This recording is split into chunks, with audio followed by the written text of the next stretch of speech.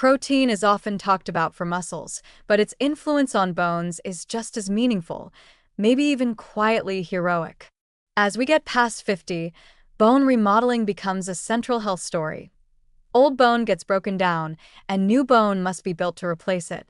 Protein supplies both the raw materials and the biological signals that help that rebuilding process work well. The result is practical and hopeful. Adequate, well-distributed protein helps calcium do its job, supports collagen, the connective scaffold of bone, and in many studies is associated with higher bone mineral density and lower fracture risk. That doesn't mean protein is a miracle cure. Calcium, vitamin D, exercise, and other lifestyle factors matter too. But protein is one of the most underappreciated, evidence-backed levers we can pull to keep bones strong as we age. First, the biology. Bone is not inert rock. It's a living tissue made mostly of a mineral phase, chiefly calcium phosphate, embedded in an organic matrix where collagen type I is the dominant player. Collagen provides the flexible framework that allows bone to absorb force. The mineral component gives it stiffness. Protein supplies the amino acids necessary to make that collagen matrix. Beyond serving as building blocks, dietary protein stimulates production of hormones and growth factors, notably insulin-like growth factor 1, IGF-1, that promote bone formation.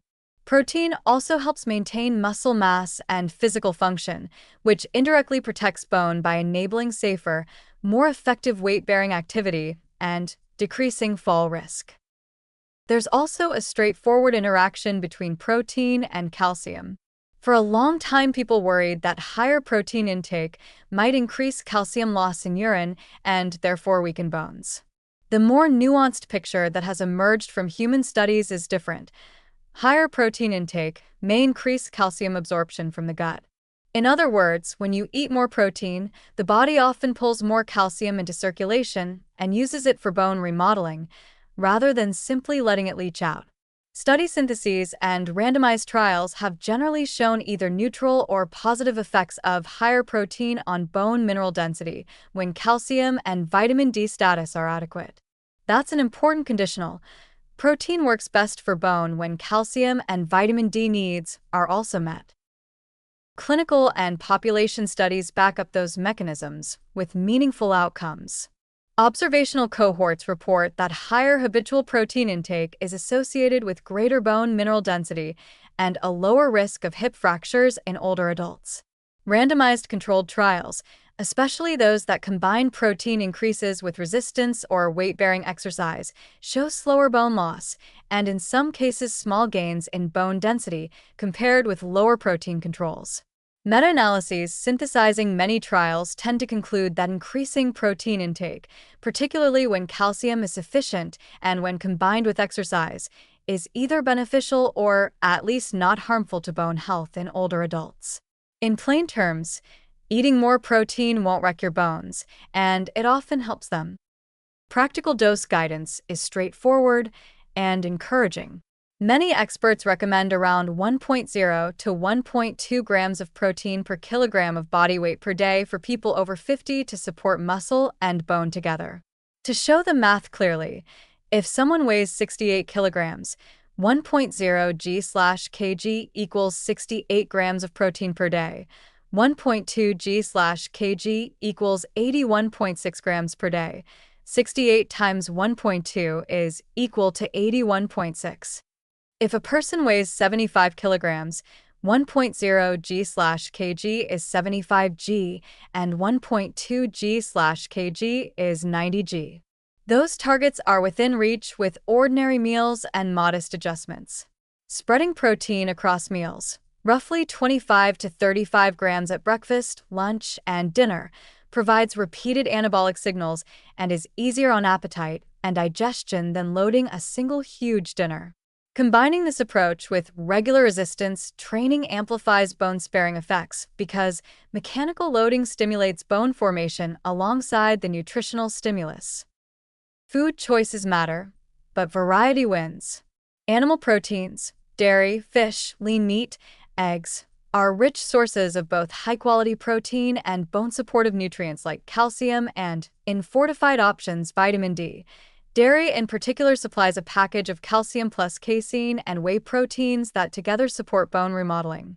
Plant proteins, legumes, soy, nuts, seeds, whole grains contribute amino acids plus potassium, magnesium, and other alkalizing minerals that may reduce calcium excretion and improve bone health indirectly. Soy foods, tofu, tempeh, edamame, are notable because they provide complete protein and contain isoflavones, which some studies suggest may modestly benefit bone density in older adults. Collagen peptides and gelatin have gained attention for supporting collagen synthesis. While the data are still emerging, small trials suggest they can be helpful when paired with vitamin C, needed for collagen cross-linking and resistance exercise. There are sensible cautions to keep in mind. People with advanced chronic kidney disease need individualized guidance about protein intake from a nephrologist or dietitian. For the general older adult population, though, the evidence supports a positive message. Increasing protein to recommended levels is safe and beneficial for bone when calcium and vitamin D are adequate. It's also worth tracking other lifestyle factors that interact with protein for bone health: regular weight bearing and resistance exercise, smoking avoidance, moderate alcohol intake, and fall prevention strategies all multiply the benefit. If you want a simple, usable template to translate this into everyday life, here's a practical approach that blends science with convenience. Aim for 1.0 to 1.2 g/kg/day, round as convenient. Divide protein across 3 meals, about 25 to 35 g each, included dairy or fortified alternative daily for calcium and vitamin D. Add a portion of fatty fish twice weekly for omega-3s, and do strength training 2 to 3 times per week. Examples of meals that hit those per meal protein targets: 2 eggs plus Greek yogurt, breakfast, 25-30 g, a lentil and quinoa salad with a handful of nuts, lunch, 25-30 g, salmon, a generous portion of greens, and a side of cottage cheese or tofu, dinner, 30-40 g. Small additions like a scoop of milk or soy milk with cereal, a snack of edamame, or a tablespoon of nut butter can close gaps without feeling like a chore. The uplifting takeaway is that protein is a practical, evidence-supported tool for protecting bone health as we age. It supports the collagen scaffold, helps calcium be used where it's needed, and, when combined with vitamin D, calcium, and regular mechanical loading, contributes to stronger bones and fewer fractures. You don't need radical diets or expensive interventions. Modestly increasing protein, eating a variety of protein-rich foods, and keeping active are low-cost, high-impact strategies that help bones stay resilient for years to come.